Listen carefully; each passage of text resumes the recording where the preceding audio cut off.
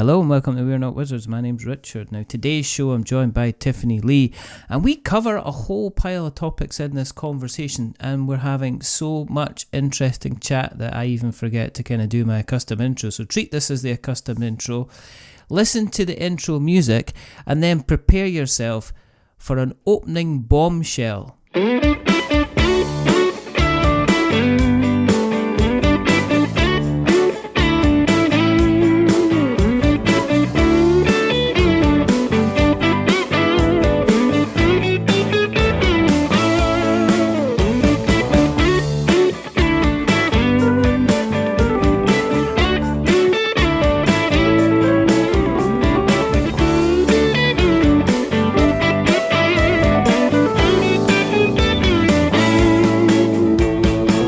I used to make fun of podcasts. I didn't get them. I still don't love a lot of podcasts, but people think I hate podcasts, and I don't. I just think that most podcasts are not great. We talk about it, or you've seen me talk about it all the time, like ones that aren't edited, ones that don't realize that the ones that they like are after hundreds of hours of practice at getting good at it. Some people think. There's a movie called Planes, Trains, and Automobiles. John Hughes. Yes. It's when Steve Martin's character, Neil Page, is sort of dunking on Dale Griffith early, and you kind of feel bad. And he's really ripping into him. Yeah. And he says, not every story is an anecdote. You have to discriminate. And I feel that's mean there, but I feel like a lot of podcasts have that problem where whatever happens in your life becomes the content, but what if nothing happened this week? Then you're talking about mowing your lawn and drinking a craft beer on Wednesday night and describing the craft beer, and that's all just the running start to get to, okay, we played Wingspan and this is how it went, there should be show notes. You should have an idea of what your narrative structure should be like. You should edit it lightly, even if you're not a professional, just cut out the ums and ers, So it took me a while to get into it, but I for the last year I've had a new job, and I'm an executive assistant for a VIP. Part of my job is I have to listen to the podcasts he's on. Oh, he does them. Right, okay. And I don't have to listen to the whole thing, but I have to kind of. Most of the time, it's when he's if it's an interview or a live hit or something, it's okay. So I've been listening a lot more podcasts over the last year. And some of them are good and some of them are bad and some of them are brand new and some of them are seasoned. And there are some people that are better at it than others and some people that are more accomplished. And there seems to be a commonality of what makes a fundamentally better podcast, from a position of strength. Like you're starting from a position of strength if you're doing certain things. I think one of the things I don't talk about is the structure of the podcast, and I don't do kind of show notes and stuff like that because I always feel this as a method of discovery, but that is down to me, and I think it's down to the kind of like me as an individual is that I've always been a relatively chatty person. I know how to get a conversation going because my career up to date has always involved some kind of sales or consultancy, meeting new people, speaking new people for the first time. So I've always been almost, it's like you say, well, your job is the job that you were meant to be kind of doing, or born to do. The podcast was something when I first started doing it and started doing it for people, it was almost like it was kind of like, I think I need to accessorize this outfit and I think I need tie or a shoes or I need a hat. And it turned out actually what I needed to do to accessorize my life a bit was have a kind of a podcast. And it's about having that kind of that shared bit of time where I always had it as a conversation between two people and try to take it away from the fact that there was going to be so many number of people kind of listening to it afterwards.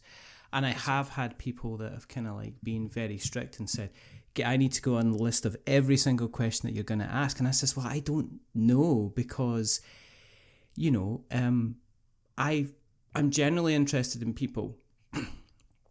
But then I try to keep it, I've always tried to keep it jump in with little things about myself and then move it back to the person as quickly as possible, because I am not that exciting, but I generally find that my guests have. I like to find out, not just if somebody comes on and talks about the board game, I want to find out about the person behind the board game, because sometimes the person that's behind the board game is far more interesting and it gives far more insight into why that person went that direction with that kind of board game.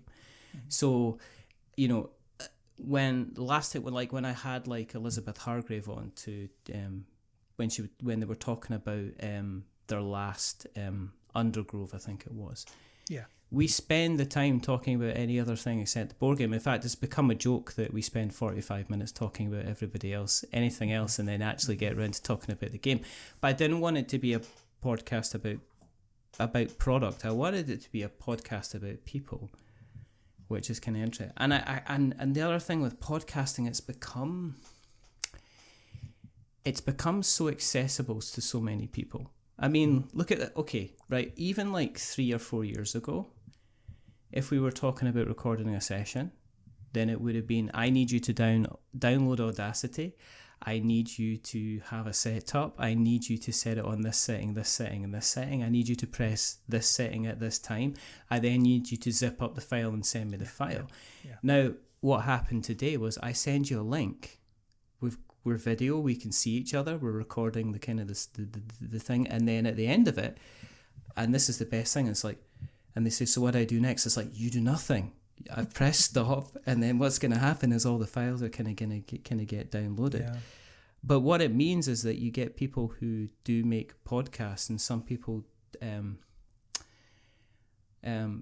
do very, very good kind of podcasts, and it's natural and it's fun. And I think some people are doing it, they've got a set idea for their podcast, and it's really obvious really quickly that idea doesn't suit their personality, and it feels like it's forced all the way through. Mm-hmm. And yet if you get somebody, I like people kind of talking about I like people talking about their comfort zones. You know, that's where I like kind of people to kind of be. Obviously I'm bringing all of this up in general because you're not falling under your podcast is shite. I mean, it's clear you've put in the hours, and it's you put in the years. You know, you're celebrating 8 years. Yes. Is that what you said? Oh my goodness, yeah. No, so you start. I mean, it's a BS concept, but the Malcolm Gladwell 10,000 hours. Yes. Like in general, it's kind of a BS concept, but the part, you know, and then there's another quote. I don't know if you know, Ira Glass always talks about, when you start out doing something, it's from a famous interview he did.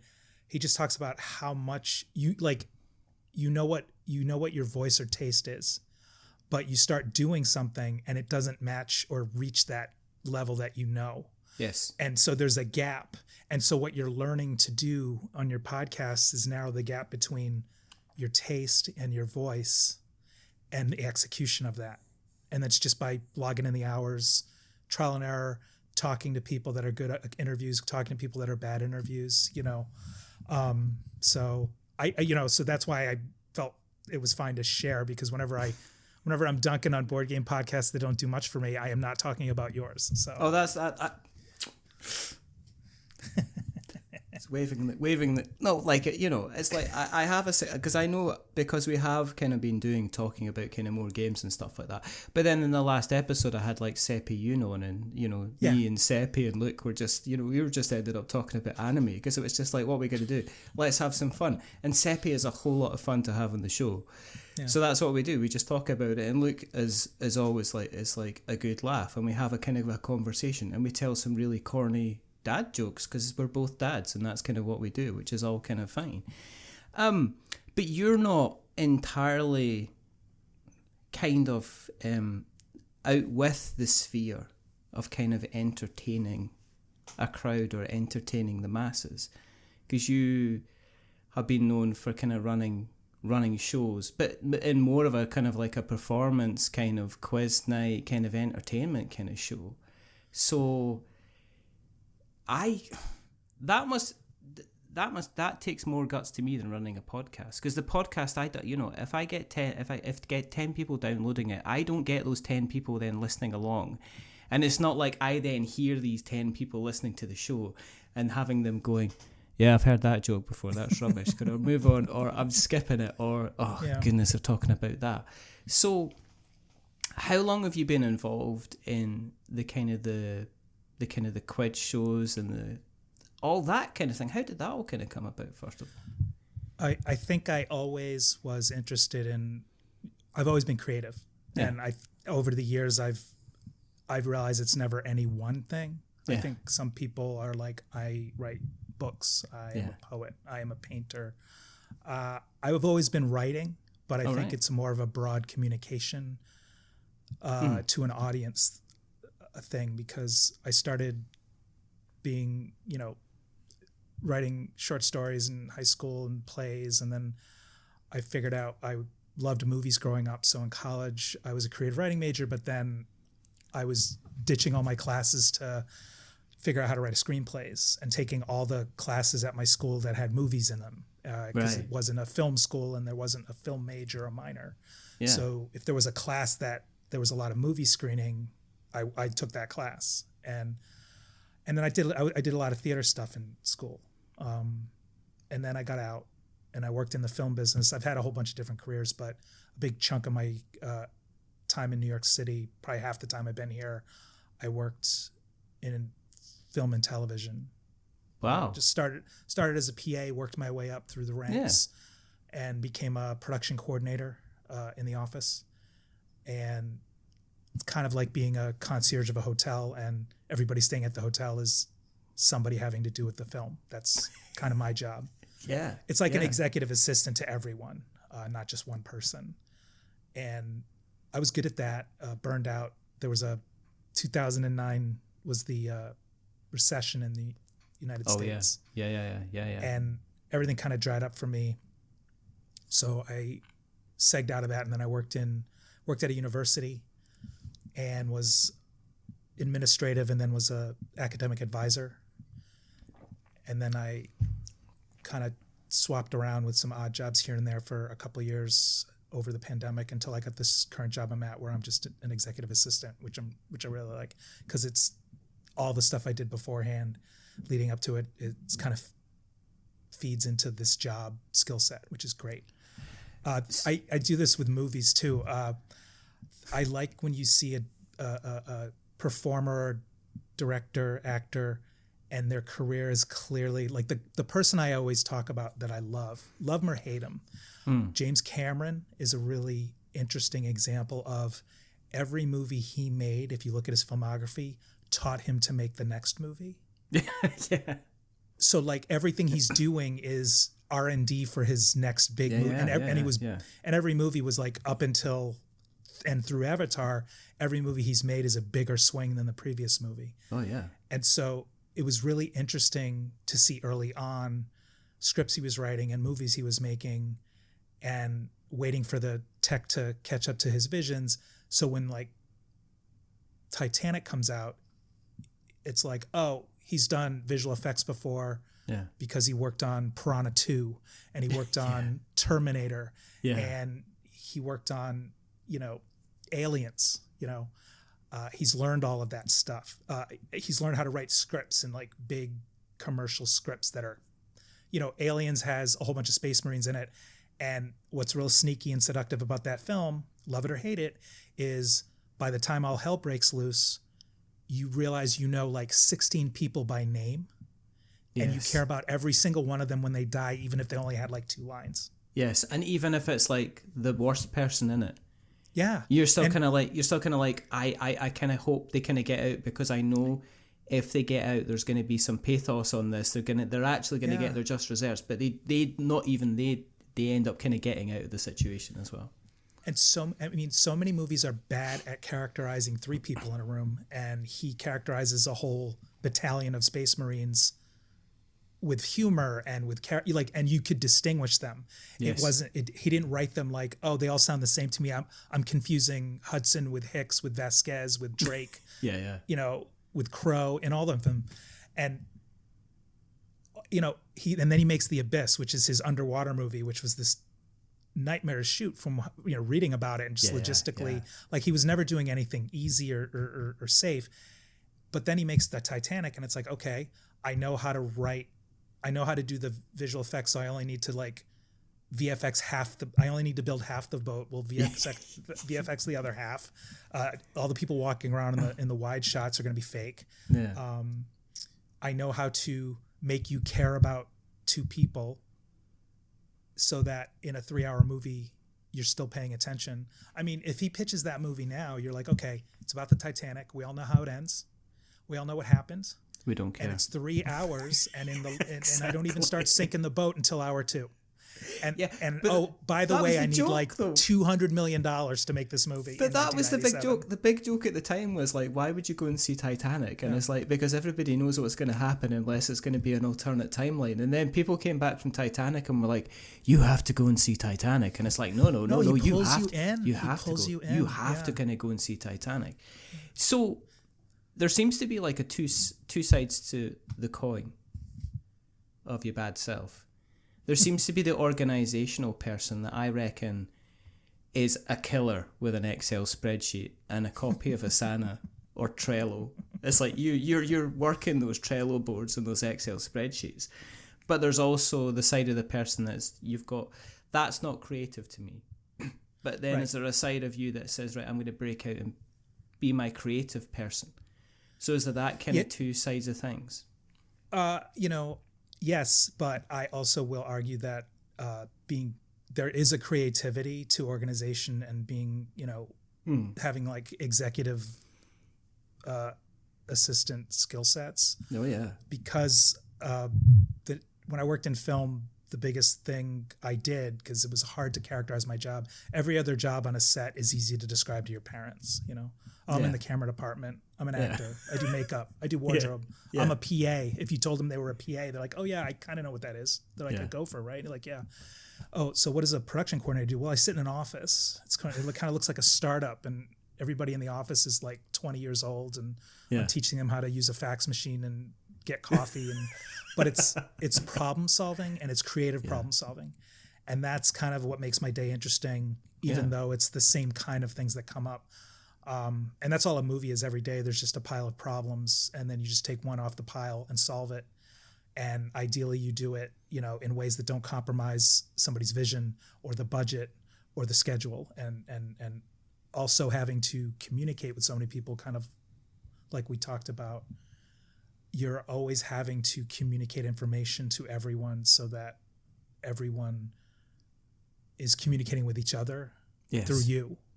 So, but yeah, the creative stuff is sort of, if I can plan that stuff, then being on stage, it's just like knowing your lines before you get on stage, or knowing the lyrics and practicing the song. So when you play it, you don't think about it. And then you can express yourself differently because it's muscle memory at that point. And I've done various shows, I don't do any drag performance. I don't sing, or I'm not a RuPaul drag race performer type.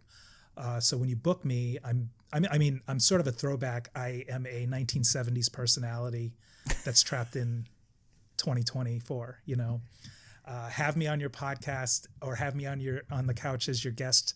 I would be one of those people that would be like a guest on a talk show, even though I'm not plugging anything, because I'm just a good conversation. Yeah. And these things I host are game shows mostly. So one's one I put together, and we did 50 shows between like 2015 and 2022 on and off. And that was based on, it's called Game of Blanks, but there's a show that's called Match Game that came out in the 70s and 80s. Yeah. RuPaul has a version of it called Snatch Game, because that show is nothing. Of course they do. Yeah. That show is nothing if not misogynistic. Yeah. But it was a version of that, but it was a live version. So I was the host, and I had a good friend of mine who's a comedian. And that's kind of what got me on stage, actually, because when I put that show together, I had done other stuff in New York City. A friend of mine, I met a friend I went on a OkCupid date with somebody who was in an immersive theater group. And then the second date was, you should come to the show because I'm working. Wow. And then I got there, and then the person running the show, the director, she said, do you want to play a dead body next week? You get free tickets to the show. And I said, yes, I would love to play a dead body. That sounds fun. And she says, it's a 3-hour show, but you're only dead for the first 40 minutes. And then for the rest of it, you can just wander around. I'm like, great. Oh, wow. And, and they were kind of weird. It wasn't like Sleep No More. I don't know if you've heard of that show. It wasn't that structured. Mm-hmm. It was sort of like chaos that was sort of, you were always in character. You were always in the room with the audience. Yes. You had certain things you had to do once in a while, but you always had to be able to just be on your feet, talk to somebody in character based on the narrative that you had to. I knew how the story was going to end. They didn't. Yes. So whenever they talked to me, I had to talk to them in ways that aligned with how the story was going to end, but not give that away. So I did Godspell, and it was kind of like the same. Kind of like the same thing. You get to at the interval halfway through, it's like the cast. You grab a drink and stuff like that, but you're actually ideally the person that wrote it said that the Jesus and the disciples should be out in the audience, kind of talking to people, but not kind of dropping character or just like maintaining that all the way through. I have kind of like directed. I was Jesus and Godspell, which was one of the most funnest and intense kind of roles I've ever done, because you end up, it's like you don't realize it, but you're ending up learning all about all the Gospels. So you ended up kind of quoting the whole thing. So when people come at you with kind of like lines from scripture and stuff like that, it's like, well, actually, I think you'll find that what they said and what they meant was this kind of thing. But I get where you're coming from with that, because it's like that kind of immersion, and it was one of the most fun roles that I did. It was kind of like good fun. And I think so. Game of Blanks came about because I was doing that show. I think a couple of the shows I did for this troupe. Mm-hmm. Most of the time I wasn't as Tiffany, but there was one show where I was Tiffany. It was like this surrealist Illuminati ball where I had to do this kind of weird dance on stage, and it was really that was really scary for me because we weren't wearing much clothing, and it was a huge crowd. So that was one where I was a little nervous to be in it, but it was great. It was a lot of fun. Most of the time, I kind of sat down and said, what are things I like to do? I just felt like doing something. And so I kind of wrote down, well, I love game shows or gamification of things, board games, things like that. I don't mind getting up on stage and being a host. I don't want to sing or dance or perform, but I want to host. Yeah. And so I and my friend who's a comedian, he's in LA now. It's part of the reason why the show's on hiatus. I said, would you like to host this show called Game of Blanks? I'll produce it. I'll write the questions. I'll organize it. I'll find the venue, but I need your help. And the reason was, he's a comedian. He's used to getting heckled. He's used to crowds. Yeah. And at the time I was like, I'm never going to get up in front of people, because what if somebody starts heckling me? I won't know how to diffuse it or shut it down, you know? And as we started developing it, he said, you should just co-host this with me. I said, I was like, nah, Yeah. And he kind of coaxed me into doing it as we started getting ready to do it. Mm-hmm. And so I did, and it was really helpful to have him up there because he's just a seasoned pro. He's a really good comedian. And, he knew how to handle the room, and I learned standing next to him, and I got to be myself. So he was right. It was much better with two people on stage as a dynamic, because you could play off each other. I didn't have to be funny. He was the funny one. Yeah. But I could be funny, and in the ways I was funny was different. And because we were good friends, we had a chemistry, and we could riff and patter, and it didn't feel forced. And we never stepping on each other. And so that was just a blast. And so that was fun in terms of, when we were running it, we did over 50 shows. At one point we were doing 2 a month at 2 different bars. I had a college reunion a few years ago, and I actually pitched it, and we got to put it on for my college reunion. Wow. Like it was it was like a college version, right? A nostalgic version. And I got, I got my friend to come up, and another friend of mine from my class who's in Hollywood. He's an actor. He co-hosted with us, so it was great. COVID kind of put a pause on it, and then my friend moved to LA, which put a kind of another pause on it. And the state of New York City's nightlife has sort of shifted. There's no real middle class anymore. So the shows are either free or dirt cheap in dive bars, and I'm not saying this in a bad way. I'm saying those are the shows I usually am used to, or it's, second screen background for people who have a lot of money who come in from the out of town to visit. So it's like just their backdrop for what they're doing that night. So you can't go to a burlesque show now unless you're paying like $5 in the back of a dive bar or $50 and getting dinner at a supper club. And there's no in between anymore, so a lot of bars don't do that anymore. Like, it's either too expensive or it's too divey, or it's a sports bar, and they just have the ball game on. Yeah, exactly. So I thanks to my friend, I got up there and I got 50 shows under my belt. So that was me getting my, experience and learning how to do the show and doing it, kind of what we talked about. You said, oh, I don't know how I would handle being in front of people. I think it's harder to be in front of less people than more people, because when it's more people, you just no longer can count how many people. So you don't think of it as like we've done shows where there were 2 people in the room, and those are hard. Yes. Because it's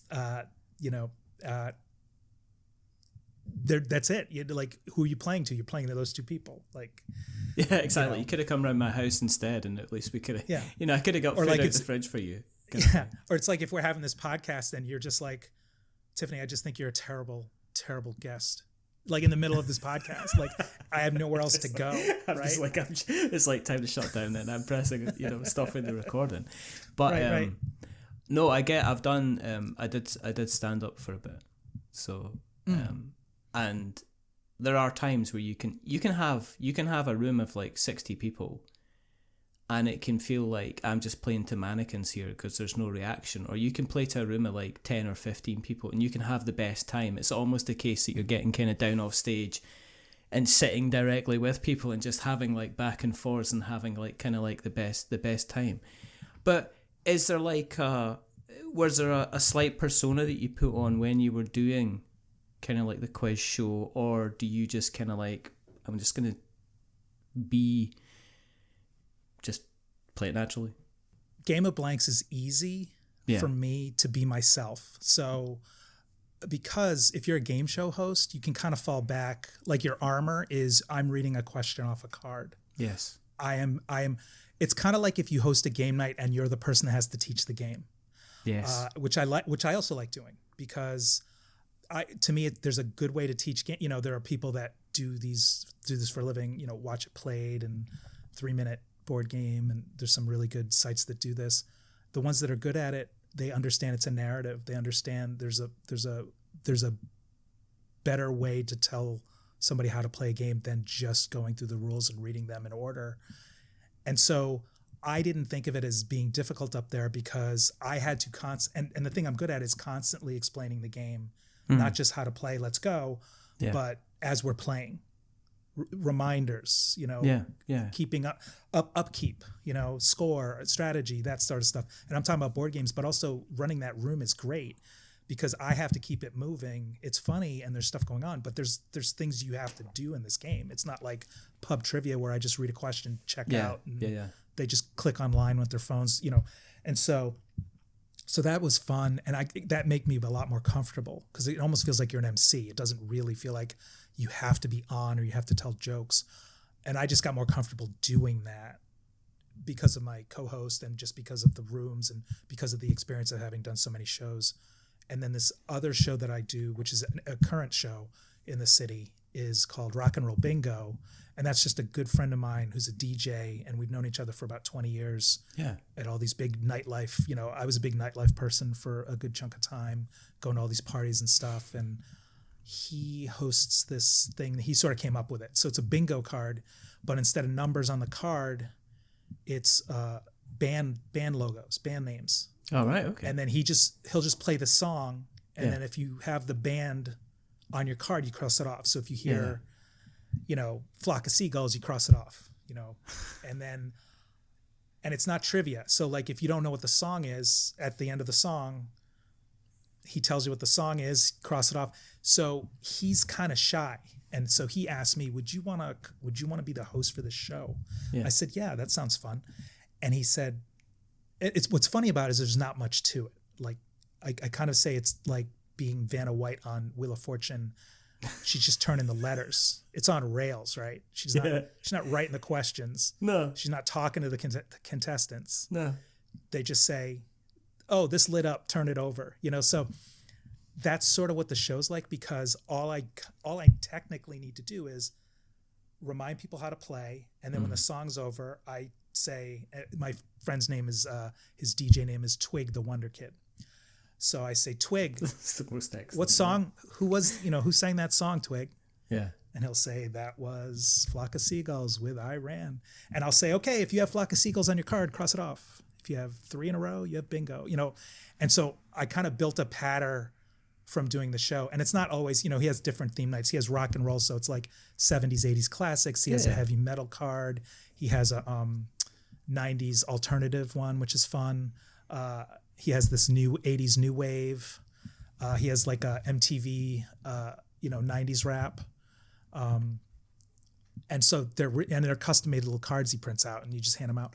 So that's fun because I get to riff. I just started doing it and he's great. He just goes along with it.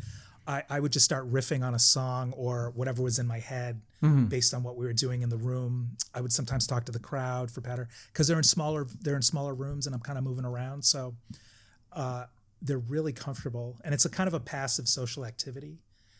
It doesn't, if you're in a room, and this is just between you and me and whoever's listening, I cannot stand bar trivia nights. They enrage me. Because you can't say things like that and not. I want a full justification as to why. Because we call it pub quiz, right? Yeah, pub quiz. Yeah, I don't like pub quiz. And this is why I don't like pub quiz. I understand the popularity of pub quiz. Yes. But to me, pub quiz is, it's one of the least social interactive things you can do. Like if you're out at a bar with your friends. Yes. And then you're told, okay, you can't put your phones away. Yeah. You can't look up stuff. And then somebody's yelling the questions out on a mic. So you can't even have a conversation. If you're not playing, it's just distracting. If you are playing, you're literally just waiting. And every conversation during pub quiz, every question is somebody at the table's like, oh yeah, I think the answer is Beyonce. And then somebody else is like, yeah, maybe it's Beyonce. And then somebody else is like, I don't know what it is. And then it's just dead silence until the next question. And then like 10 more questions later, you're going to find out what the answer is. And you're going to be like, oh yeah, it was Beyonce. Cool. Yeah, it was. Yeah. And you're playing for like drink money, and it's the reason it's so popular. It's such a low lift for a bar. A lot of times in the city, there'll just be a local that's their local bar. And they'll just tell the guy, do you want to run a trivia night on Tuesday? You'll drink for free. And then that person is like, oh, I get to show off all the research I did this week on all the questions I came up with. And I know there's pub quizzes that are computerized and stuff, but it's I take it personally because it's sort of been a killer for the types of things I do. Yeah. Because when I run these things, I want to make sure that people get paid. Yes. So, and bars are very like, well, we don't want to charge admission, or they say, well, we don't want to pay. I would have guest stars on Game of Blanks because it's like the show has panelists. Yeah. So we'd always have 2 panelists. My friend would book a comedian, and I would book like a burlesque performer or a musician, or somebody, and they're not performing, but at the same time, I'm not asking them to do it for free, and I want to get paid, and my co-host wants to get paid, and we bring in. It's a very entertaining night. It's a lot more entertaining. And our game is a lot more interactive. I think of board games. It's kind of like, to me, pub quiz is like the Cards Against Humanity of bar nights. There's just tables, no interaction. There's tables kind of flipping everywhere. But I see kind of what you're getting at. But then, is there always going to be a part of you that is going to be involved or running these type of events? I mean, is this something that you is it almost, because I know this, it's like for me, whether I do the podcast like once every couple of months or once a week or whatever, it's still something I like to sit back in the saddle, and I have fun because I'm in a place of, this is a place of calm and zen. I like this. There's not going to be any kind of all of a sudden big surprises kind of happening. I know where I am. It's kind of like a nice kind of space. And that, I guess what I'm saying for yourself is, if you were going to change, if the rock bingo, if you decided I'm going to shift this up and do something else, would you continue doing something else? Would you still be wanting to do something outside of kind of like your normal kind of day to day? I think so. Yeah. It's always been a part that feeds me. It's always been a part. I work from home, and I forget that my day is infinitely better if I can get outside and walk around and touch grass, even if it's to run an errand, even if it's to go to the post office or the market. And when I don't do that, or talk myself out of not doing that, which is often what happens when you work from home, you talk yourself out of being able to even stand up from your desk, and you don't get it, then the day's over and you kind of feel like a goblin. But I always feel infinitely better when I'm moving. And that's also I think of more, I'm a lot more creative when I go on these walks. There's a author, Julia Cameron, and she wrote this book called The Artist's Way, which a lot of people really love. And it's a kind of a writing practice that she developed. I don't want to taint it by saying it's loosely based on like recovery literature and 12-step type things, but it is a little bit, because the way she talks about it is artistic recovery, recovery from from writer's block and these things. Yeah. And she has a couple of things that she preaches. One is morning pages, which is every morning you get up and you write 3 pages, and it can be anything. You just have to fill the pages with ink or fill the pages with type. It doesn't need to be a story or anything coherent. It can be the same sentence over and over. It's just to make you do it. Yeah. And if you do that every day, it's a meditative thing. If you do it every day, what starts happening is you start not just typing the same sentence over and over, but you actually start going places and sort of, she kind of calls it drying out from like this kind of creative like funk you're in or whatever. The other thing she always talks about is these, you schedule time 2 hours at least once a week where you go on a date with, they call it an artist date. It's something you do when you don't make a plan with somebody, you just do it on your own. Yeah. And then the other thing that's sort of related to that is walking in silence, which is on your own. You don't walk with friends. You don't walk with somebody. You just plan a walk. And that kind of gets your brain cooking. You look around and you see things, and you can make creative connections, and your mind gets to wander. And it's, even if it starts with things you should be doing or errands or work, it usually drifts away from that if you schedule like a half hour, 40 minutes to walk somewhere. And so even if I'm walking to the post office or something, my brain starts doing that work. I start thinking about the creative side of things. Yeah. Oh, I should write an article about this, or I should try to, the thing with Game of Blanks, just to get back to that, is I want to work out a way to make that a larger scale event.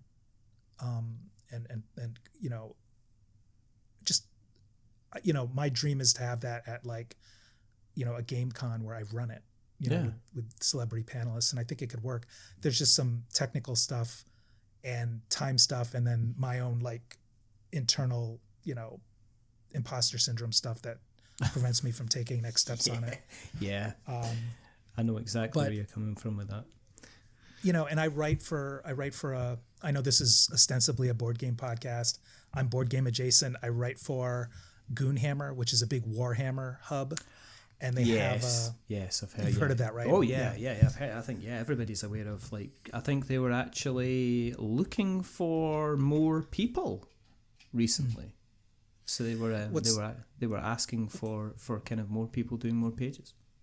What's funny about that is there's a section on Goonhammer called Turn Order, and that's board game and TTRPG content. And what's funny about it, I mean, the way people ask, oh, what do you do over there? I sort of compare it to the X-Files, where if you look up turn order, it's not readily easy to find. And obviously Warhammer doesn't always have anything to do with board games. Yes. So, but what's great about it is the editors there, since I've been writing there for a couple of years, have just let me write whatever I want. They're not worried about Kickstarter windows or the new hotness or whatever. And they don't need me to write any Warhammer content. They want board game stuff and whatever. And so it's like the X-Files where I'm Mulder, I'm in the basement. They just let me do what I want to do down there. And, I believe in board games. The truth is out there. But like the rest of the site has no idea that's happening because it's all Warhammer stuff. So it's been a while since I've filed a piece, but part of that's been this job. But I'm going to, I have some stuff coming out and I'm trying to get back on a regular rotation where I'm filing something once a month. And I started it as a joke, but my stuff tends to be, it's reviews, but my reviews I usually write longer than just here's how to play. I liked it. And that's because the best reviews, the best criticism, the best podcasts that discuss board games to me are not when people are just saying, here's how you play the game. I liked it. Thumbs up, thumbs down. But this game made me feel this. I felt like, or this game reminded me of that. Like if you inject something personal into it or your emotions into it, games make us feel stuff. It isn't just, I played it and it was a great optimization deck builder. It's okay. No, how did it make you feel to play the game? How did it make you feel to win the game? Yeah. How did it make you feel to lose the game?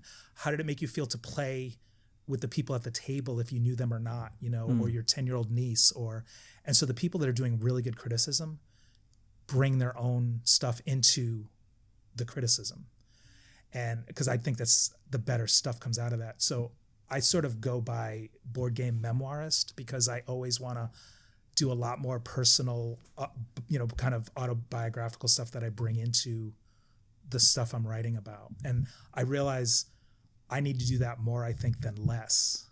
I think it's missing, and I think one of the things that I'm doing, because I do the writing as well, and I'm very aware of where you're coming from, because it's almost like a double-edged sword, board game reviews, and I'm looking over here because I've got two screens, so I've got the Goonhammer site in front of me, because you're going like, why are you looking over there? No, it's okay. But on the other side of it, I think it's really, really difficult to it can be really, really difficult to kind of bring the thoughts and feelings kind of out there without kind of, because some people are like, well, you didn't mention the game. I wrote a piece about Tapestry. And my entire piece on Tapestry was basically 4 friends going to a buffet restaurant, and basically the experience that they had, which is having, one of them got like 2 forks, one of them got like 2 plates, one of them had a bigger plate than everybody else, and kind of like telling the tale of that. But I thought it kind of gave a good impression of an analogy of how the game actually plays and how it came together, which is 4 different people all sitting around the same table, but having an absolutely, completely different kind of buffet experience, but not interacting with each other. And it's really, really difficult to kind of write in that kind of, to kind of write in that style, to kind of not mention the mechanics, because, or mention the mechanics, but use it as a way to kind of provide a kind of an emotive experience in it, is to say, this is really annoying, this is really disappointing. I had to write about a game recently, Hamlet, and I didn't like it. It didn't gel with me, and I kind of like, it's almost like the entire review is a bit tainted with like my disappointment of why I'm saying, well, why didn't we do this? Why didn't we do that? And sometimes when I review a game, I'm saying, I would have liked to have seen this. I would have liked to have seen that. And some people are like, just like, I just want to see how the rules play and whether or not you like it. I think 9 times out of 10, and I don't know if you'll agree with me on this point or not, But I think sometimes when people read reviews, they've already bought the game, or they've backed the game, and they're starting to see other people receive the game, so they're just wanting confirmation that they made the right decision. That when they read about a game and they hear that somebody goes, "Oh, this game is absolutely wonderful," that the reason people like just tell me how you'd play it and whether or not you liked it is because they look at the last paragraph at the bottom. And if they get, "So this is one of the best games I've ever played," they're like, "Yes, that was amazing. I know that was $70 I spent that was worthwhile." But I think board game criticism, and people have talked about it, it's not, there's conversations about board games as art, which they are to me. Mm-hmm. And there's people that don't think of it that way. They think of it as commerce or as a purchase. But if you think of any other art form that has criticism, you don't see the same problems, because there's no boundaries in the board game industry with regards to how reviews are. Yes. Because, if there's a movie review, that means the critics got invited to a screening all in the room together, where they all got to screen it and write their notes and then publish wherever they publish their reviews. Yes. They're not publishing them. It's the studio doesn't own their opinion. No. They still want it as promotion. They're like, please review this movie. It'll help promote our movie. But they let you say, "I didn't like the movie," or I hate, I love the movie. Same thing with records, right? They can get you can get a free copy of a record, but they don't tell you what to think about it. Or the subtext isn't, "You have to write something nice about it because I gave this to you for free." Yes. And because there's no set boundaries with publishers and people writing, and because a lot of people aren't doing this for a living. No. And because Board Game Geek, you can just write a review of anything you want. And or you can write something and call it a review. There's a lot of things on there that call themselves reviews that aren't reviews, If it's just a rules explanation for 90% of the piece and then it's, "I liked it," that's a review on Board Game Geek, but that doesn't tell me anything about the game. And I do think you're right. I do think they want confirmation bias, or it's, "Should I buy this game?" ? It's sort of like all these sites now that test products, and you're looking for, the best air purifier or the best, cordless vacuum or something. And then we tested over 20 cordless vacuums, and here's our, list of the ones that we like. Yeah. And I think reviews do that. And, there's all these other, I don't think the board game publishers want it to change too much because it's 100% free publicity. I think too many people want to write PR stuff because they want to have a continued relationship with a publisher or a game designer, and I get it. If you don't like a game, you're basically saying unofficially that the designer, whether you know them or not, created something you did not like. And I feel like in board game criticism, it's not like if I didn't like a Marvel movie, I can say, "I thought the direction was terrible. I thought this actor gave a terrible performance. The music was weird." If it's something I didn't like, those people don't want to hear that criticism and they might disagree with you. But I just feel like the board game industry and criticism stuff is more of a niche where people aren't necessarily going to want, I'm not going to say I played this game and I hate it. Unless it's something I really don't care if they like me or not. I hate Cards Against Humanity. I don't care if that company doesn't, let me buy their games anymore. But I guess at the same time, when we're talking about record companies and we're talking about movie companies, I could say that, I don't want to see another Russo produced movie in my life, but the chances of me actually meeting the Russo brothers are next to nothing. Slow. That's right. That I could say, well, Pearl Jam's got a new album out. I've listened to their new single. I like the cut of its jib. It's almost getting back to some of their original stuff. But I'm not on DMs with Eddie Vedder.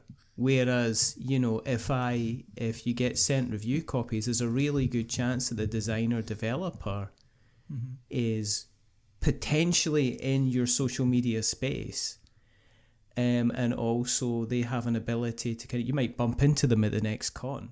You know, there's still that kind of immediacy where there's kind of, and let's face it, we continually see people who are starting off in the kind of the media stuff, and they end up kind of working for the board game companies directly or indirectly. They go from being, you know, we're called about the media cardboard troupe, and then it's like all of a sudden the person that formed the media cardboard troupe is now working as a social media person for Chip Theory Games, or is going on to, you know, become part of their design team for Chip Theory Games or later games or whatever. So there's still very much, because it's been almost like a cottage industry, and somebody that has an idea, they've got the ability to go out through Kickstarter and get a game printed.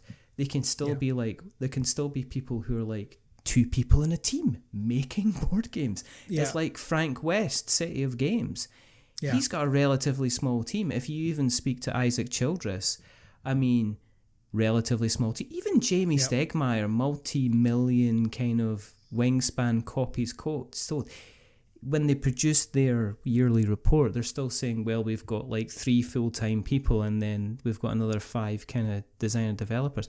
But at the same time, I can email Jamie Stegmaier right now and say, how's it going, Jamie? How are things? Are you busy in the next 3 weeks? Would you like to come and talk about Wormspan? And he'll reply to me directly.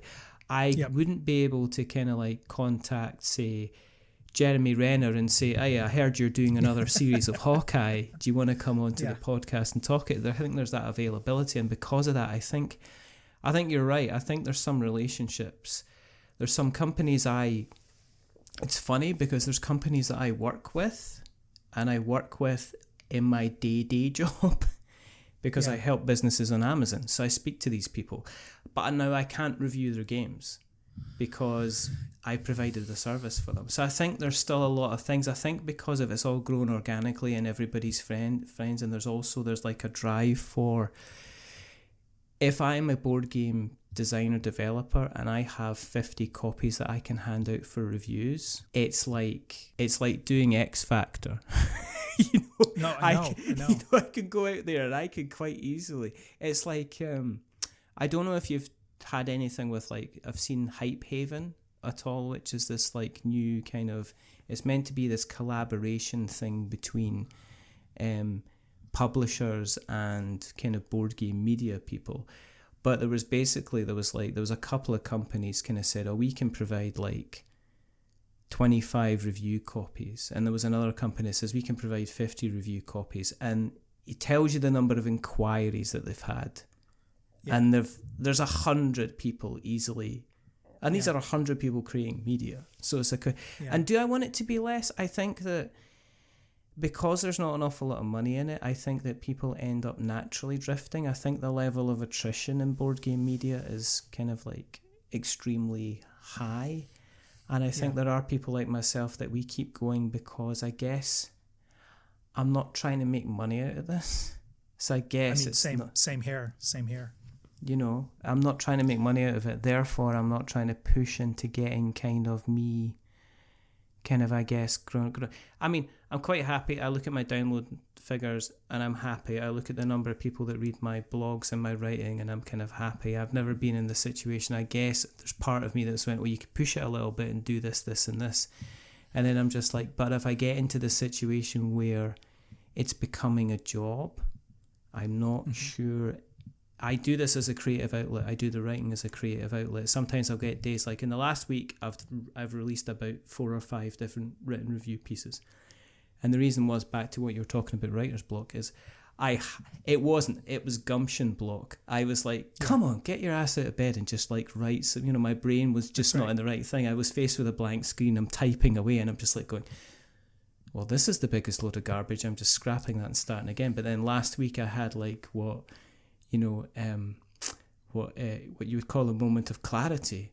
And I was just like, you know, typing away and the words are just like appearing on the screen. And I'm just like going, wow, where were you when I needed you, like kind of like 4 months ago? So I kind of see where things are going. I also think it's an interesting industry. I think it's more niche than, I don't want to compare it straight up side by side with film, books, No. Music. I just do think it's it's a multi-million-dollar industry yearly with sales. But if you go by like units sold or tickets sold or something, I think board games is probably lower. Like in other words, what makes a huge hit in board games? It's not like in movies where the top 10 movies all make, $500 million or something, whatever it is. Yeah. And so everything's relative. It's a smaller pond. Success is measured differently. If I buy a game, it's for my family and friends. So that's like, whereas if we all went to go see a movie, that would be 10 tickets. It wouldn't be one game for 10 people. Do you know what I mean? So I know it's not a perfect comparison, but I just do think the way it's built right now, for all these factors, nobody can do it full time. No. People in the industry generally want to stay in the industry in some capacity. And even the people that are like, oh, it must be cool being a reviewer, you get free games. And I'm like, that it's like a curse to get free games because that's just a list of articles you haven't filed yet. Oh, that was me. That was literally me in January. And then you got to play them, and then you got to write about them. Yeah. And then it seems like it's almost like a luxury to find people that can be critical of a game. Space Biff, Dan Thoreau, he's somebody that if he likes a game, he tells you. If he doesn't like a game, he tells you. And yet he still gets review copies. He, to me, is like, the Roger Ebert of the board game. It's because he's got this presence now that people are going to send the games regardless, because they'll be like, all right, well, you didn't like this one? Well, what about this one then that we've made? And it's like, okay, well, no, I don't like that either. Well, what about this one? So I think they're in that right thing. What I'm doing is I am not going to be really accepting any more kind of review copies because I have a pile of games in a cupboard that some are old and some are new, and I'm going to go through them all from the top, and I'm going to start kind of writing articles about that. Now, for some people, it might not be. They might go, well, you're not doing the new hotness, and it's like, yeah, but there's tons of people doing the new hotness, and the problem with the new hotness is the reason that it's hot is because everybody's saying it's really, really hot. And the problem I see with some of the things to do, some of the articles with some of the games that come out, is that they're like the bee's knees. Everybody's like, oh yeah, this is the best thing ever, and then 6 months later they've dropped off the map, and you never hear about them again. And that's why when you get something like, say, like Wingspan, that just seems to be the gift that keeps on giving. Yeah. People are like, people's minds are blown, but it's like it's not. It's like this is how normal kind of consumerism kind of goes, that people like a product and they kind of stick with it, and it becomes an evergreen product, and that's kind of what happens. But there is a kind of a big push for, it's an expensive product, but here's the next expensive product you're buying. So we're kind of stepping away from review copies and going into, I'm going to start writing about my collection, because then I can do what you're doing, which is approaching it from more of an emotional aspect, and also not have this, hey, you big shill, just getting your free copies of games. It's like, no, actually, I kind of pretty much have all these, Yeah. No, I think too, there's an aspect to board gaming that it's what's baked in is the marketing. I think it's a smaller population of people to market to, and there are very effective ways to market to kind of what you said, the big box games that kind of CMON and all these companies came out with, where it was, this box is a deluxe edition with 500 minis and metal coins and solo mode, where they sort of take every piece of the game and make it a stretch goal. Yes. And that bubble's kind of starting to burst a little bit, because now everything deluxe is like all in $150, and it's like every month that happens with a game. Yeah. And also the way that even I'm reading about copy on a Facebook ad or something, I kind of call it everything core, where they say this game has everything. It's like that Saturday Night Live sketch with Stefan. Like it's like, this board game has everything. It has solo mode. It plays up to 8 players. It has minis. It has 3 expansions. It has metal coins. It's interactive. There's high replayability. They just list all the things that people on Board Game Geek say they like. Yeah. and thankfully it's all in one game, so you never have to buy another game again until next month, where you have to buy this kind of you have to buy this game, which is based around vampires, which is not like our previous game, which was based around catapults, which is definitely not like our previous game, which is based around the Egyptian Empire, which is not about this, similar to this game, which was based around kind of myths and creatures, including Bigfoot kind of thing, and it does kind of get a bit much. I'm aware of the time, so I've only got a couple more things. It's like going really fast. But what is kind of getting you excited at the moment in the realms of cardboard? What are you kind of playing kind of just now, or what have you played recently that went, oh, hello? So we play, since lockdown in spring 2020, there's been a group of 5 or 6 of us that play online every Saturday, which has been great.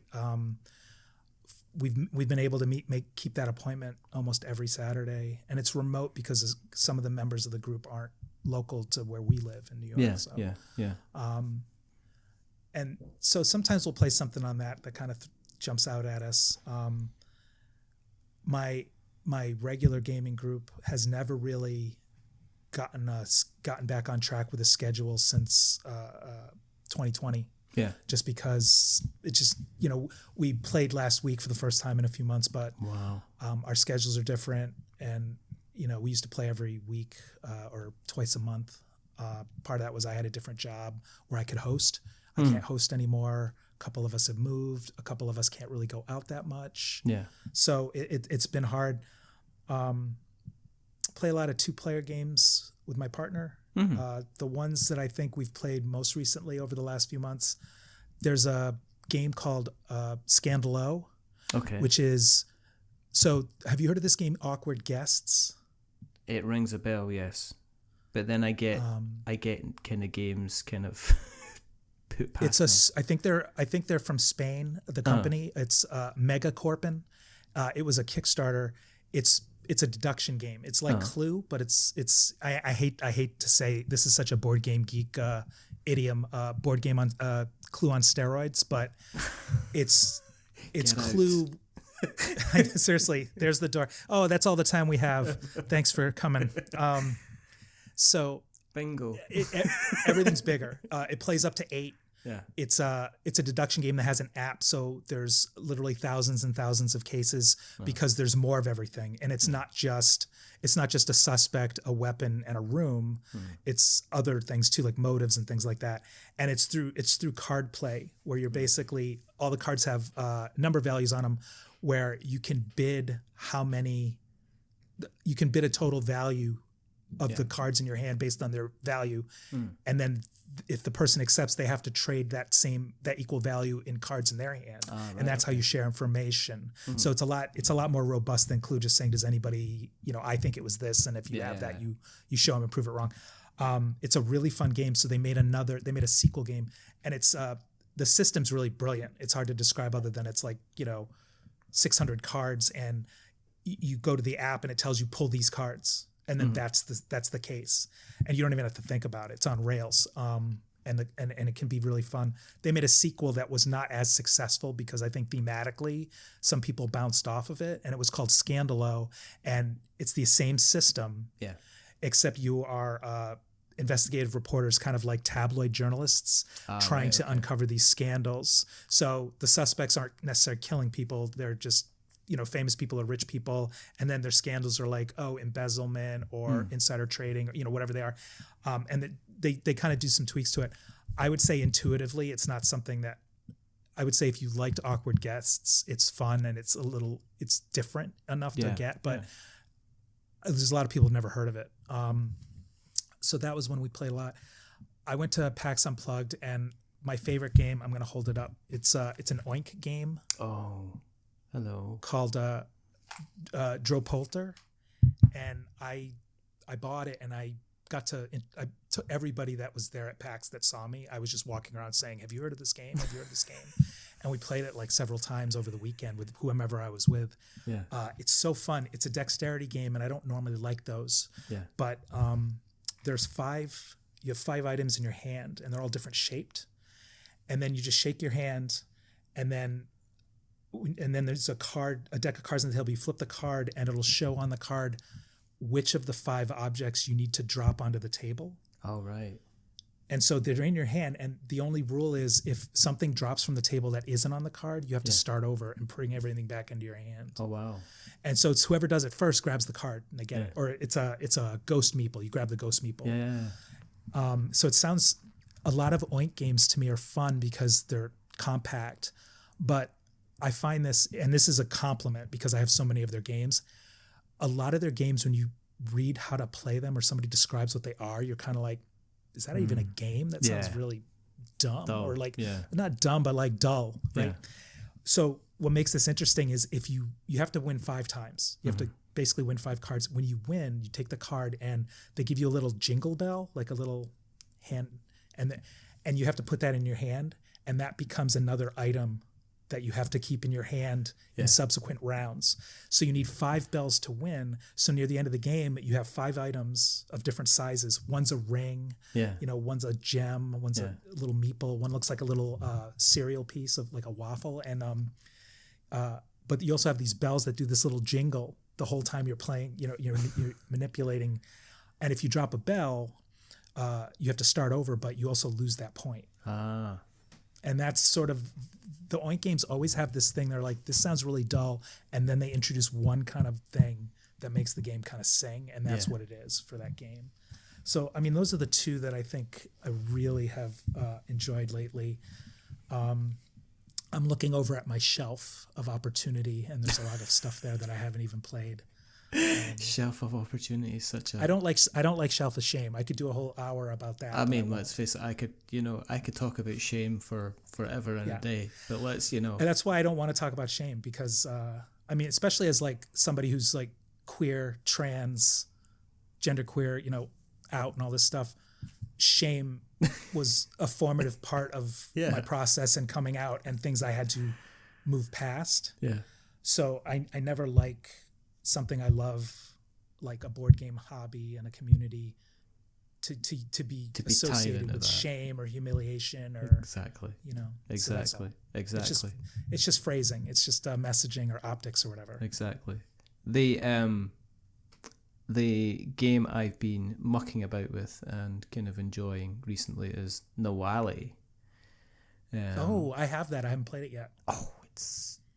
You will like it. It's great. It's really good. Yeah, it's really good fun. It's kind of like it's very short. It's sharp. It's a lane battler with lots of different kind of replayability. The artwork is just absolutely delicious. That's what sold me on it. Is that it's different. Oh, it's so it's the issue that I have with a lot of card games is that you sit down. And on premise, they seem like this should be finished in 15 minutes. And then 45 minutes down the line, there seems to be like a way for the game to kind of bounce back and then last for another half an hour. Mm-hmm. So you end up with this kind of game fatigue. Whereas the difference with Nawali is that you only really start off with like about 17 cards in your hand. There's no way to refresh cards once they've been discarded. So you're playing cards into different lanes. And it's quick and fast, and it plays in about 15 to 20 minutes, and it's like one of these things that we shall kind of set up and start again, and it's just it looks lovely and glorious, and it's very, very simple to play. So that's why I've been kind of getting to the table. The only game that I've got that I really want to play on my shelf of opportunity is Star Wars Rebellion, which I need to sit down with my middle boy and we need to play it, but we need kind of like 3 or 4 hours, and that's the kind of the main one I'm looking at. But as I say, I'm going to go back through my cupboard of games and start play. Just an excuse to play them again, because you know what it's like when you're reviewing games. You've got like a pile of games you've got to review, and then you go, but I don't know if I'm going to like this or not going to like it, so I'm going to have to play it. And then am I playing, depending on the mood I'm in, I could be playing a really, really good game but have a bad experience on it, and I'm just like, I don't know if I want to play it again, and the enthusiasm kind of dwindles. But I've got games in my cupboard that, for one reason or another, have come through purchases or presents or gifts, or other people have given them to me, and I would like to just start writing about them, and then it's, we shall see where we shall go. thank you for coming on. Thanks for having It's me. been absolutely wonderful. If people have listened along today and went, I've got to find out where this person exists on the internet webs. Where do you exist on the internet webs? Where can we find you? So I write for Goonhammer, and I am primarily on Blue Sky. And I have a Letterboxd account, which I don't, that's less social. I mean, other than liking things, but I watch a lot of movies. I worked at a video store a million years ago when those things still existed, and I still have that mentality, that Clerks mentality. So I can recommend you a movie. But my Letterboxd account is very robust.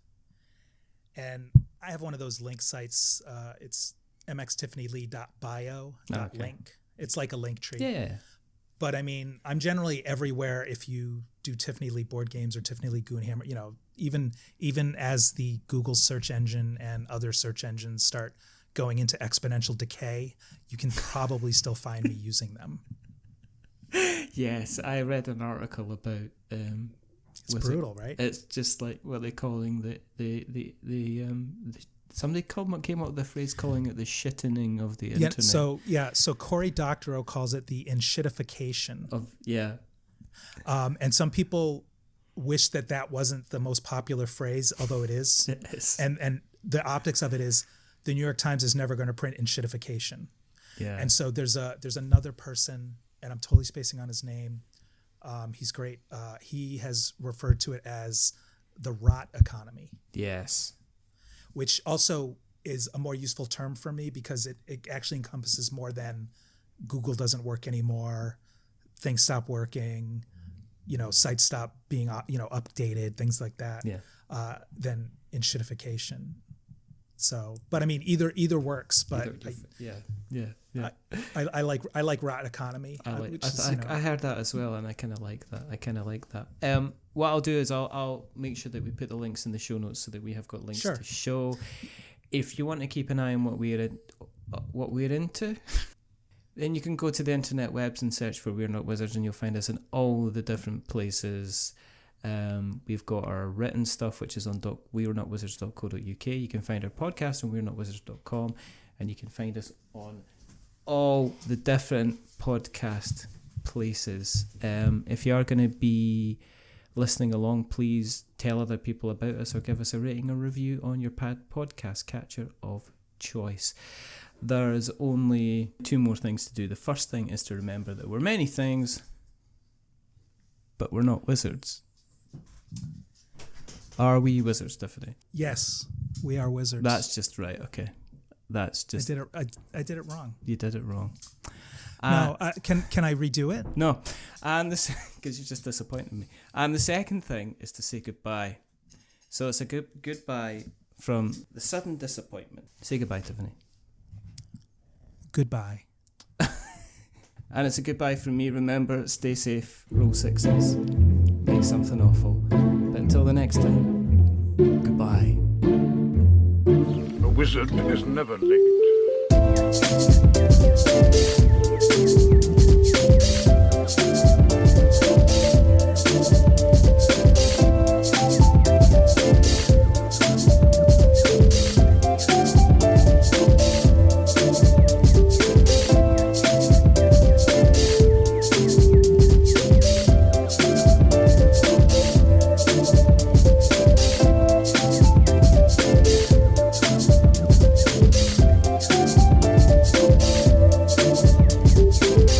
Nor is he early. He arrives precisely when he means to.